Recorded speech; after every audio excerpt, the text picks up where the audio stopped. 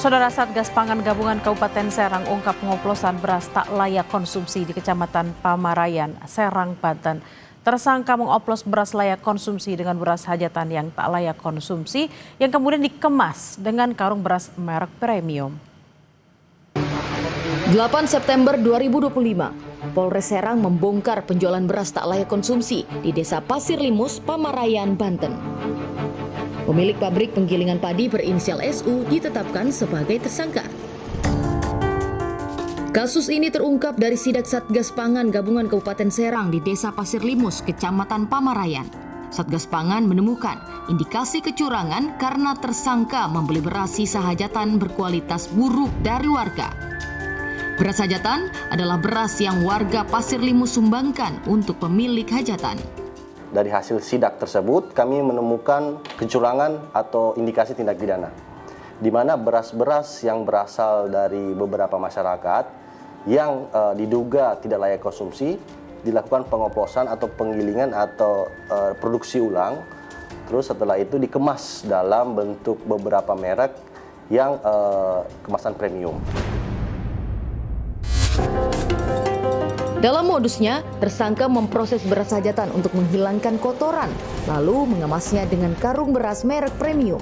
SU ini membeli beras-beras yang ada di masyarakat. Kalau kami di Kabupaten Serang ini beras hajat, di mana setelah beras hajat ini dibeli, dicampur, terus dilakukan penggilingan karena yang bersangkutan ini punya penggilingan, digiling sedemikian rupa sampai dengan benar-benar bersih segala macam dan dikemas dalam merek lain. Setelah itu yang bersangkutan menjual karena kebetulan juga yang tersangka ini mempunyai toko beras, menjual dengan kemasan dengan harga medium maupun premium. Hasil laboratorium mengungkap beras yang dijual tersangka bisa menyebabkan gangguan kesehatan. Cuma dari hasil lab ini menjelaskan bahwa beras ini mengandung jamur dan bakteri yang bisa menyebabkan kesehatan terganggu. Dari penyidikan polisi, tersangka mendapatkan keuntungan hingga Rp5.000 per kilogram dari penjualan beras oplosan tak layak konsumsi. Masyarakat itu menjual Rp8.000 per kilo, di mana setelah dia kemas segala macam, dia bisa menjual itu Rp12.000 sampai Rp13.500 per kilo. Disitulah mereka yang bersangkutan ini tergiur terhadap keuntungan tersebut. Di lain sisi juga banyak masyarakat ini yang datang ke dia untuk menjual berasnya sehingga dia juga ada peluang untuk melakukan pengoplosan tersebut.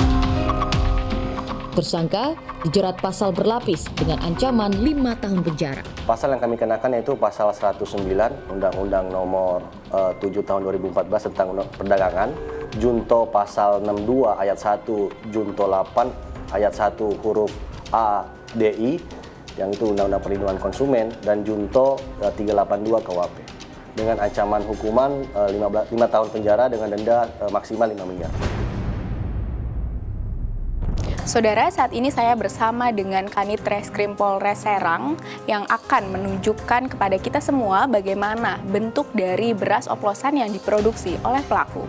Ya, jadi ini beberapa barang bukti yang kita sita dan untuk uji sampel kita uji lab dan ditemukan bahwa beras yang kita uji ini banyak bakterinya dan banyak jamurnya.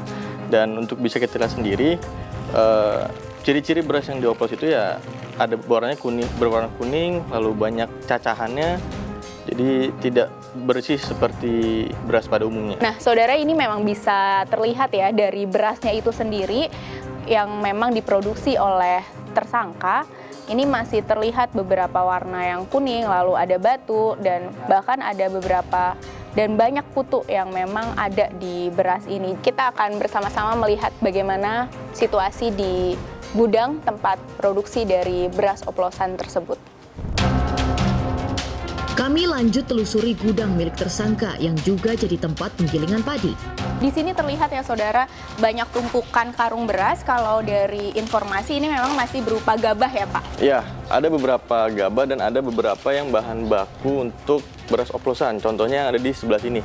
Oke. Di sebelah sini ini ada beberapa karung yang sudah dari beras hajat yang sudah siap untuk dioplos lagi untuk siap diedarkan.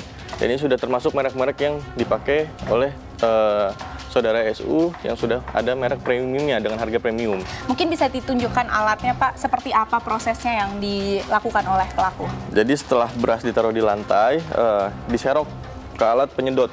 Nanti setelah disedot ke atas melalui alat ini, dan sedikit hilang debunya dan kutu-kutunya melalui mesin ini. Nanti setelah ditampung, dimasukkan ke karung dan ditimbang seberat 25 kilo.